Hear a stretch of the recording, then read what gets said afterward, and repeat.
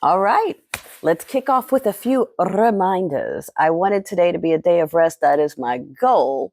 But first and foremost, I just want to run through a few things like the reminder that this is so much bigger than our test and the smelly one. So for the folks who are on here like, I just don't trust the dams to do anything, it's bigger than that, okay? Bigger than that. You need to get your mind around that.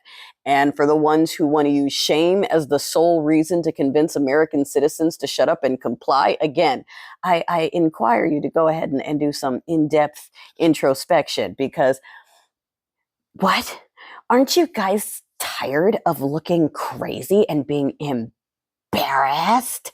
Like, I am Black in America, honey. I deal with shaming every fucking day just for me existing with a smile on my face. That bothers people and they have to tell me so. So if you think trying to shame us into silence, that's not going to work, but you should at least come up with some sort of backing beyond that's so embarrassing for you. Cause like side eye, not very American. You should just comply in advance because pushing back is so embarrassing for you. Like, all right, honey, you know the regime's going to affect you too, right? At least we care about our fellow citizens.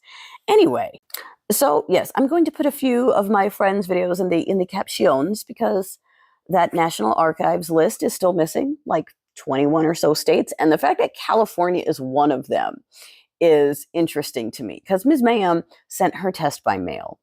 And if something happened similar to that episode of Scandal,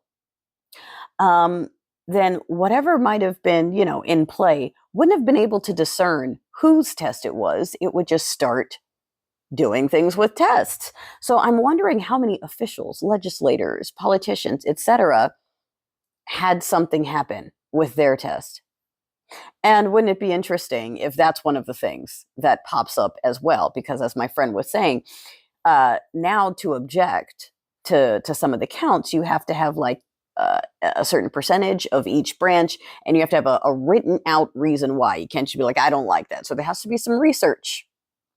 And suddenly I wonder if Miss Butchbody was alluding to some of that, where she's like, I don't know, we've seen so much, maybe we won't get in. If that's something they had to work on, like in advance or like right now still, interesting, So that's still a thing. And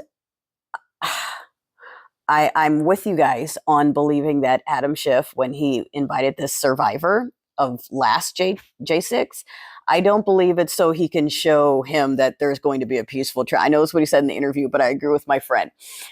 You don't invite a vet with PTSD to the battlefield so that they can watch victory in real time this time. You know what I'm saying? Like, that's kind of further traumatizing. But if someone wants to call on the 14th Amendment and they want someone to testify about what happened and their experience and how bad it was, then that would be someone who's a good guest to have on deck. So I could see a couple things coming into play. Could be executive order, could be 14th Amendment, could be the states or the electors that have concerns, or legislators themselves who have concerns because some of their tests were the ones messed with. But it has to remain very clear that it's not about party. It's not blues coming against the Reds. And that's a big chunk of why Hakeem Jeffries had his speech, because he's talking to the Reds. He wasn't talking to us. He's talking to them. And to them, we can't say we know and we got you, even if they are bragging about it and literally admitting it on television. We still can't say it because then we're crazy if we remind them of what they fucking admitted to. So we got to play the game of, oh yeah, you're right. No, we can't say anything's wrong because then we're crazy. So sure, because yeah, it's not going to be Team Blue that spearheads this. It's going to be additional factors, outside factors. And then sure, they have to look into it. They had to research it because the state said it or whatever. Now, I also believe, if you watch my podcast episode, that there's other strings too, right? Between the Dior bags and Cybertruck guy. And you've got Ruski, I ran away, and Chinese takeout with these joint efforts with the co-boyfriends. They are all friends.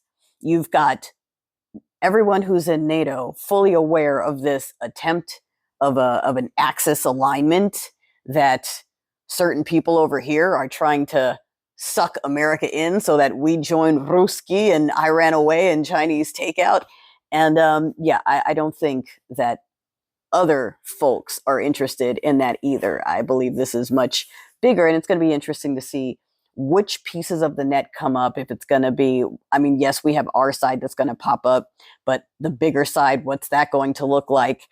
And yes, all of that in conjunction with those executive orders that can be easily tossed away, that Joe Biden just slipped out, that would have taken a lot of work, a lot of research, and again, something people could have been working on over that Christmas break, along with whatever reports and information to put into those written objections. Just a thought, rabbit hole, just saying, we don't know.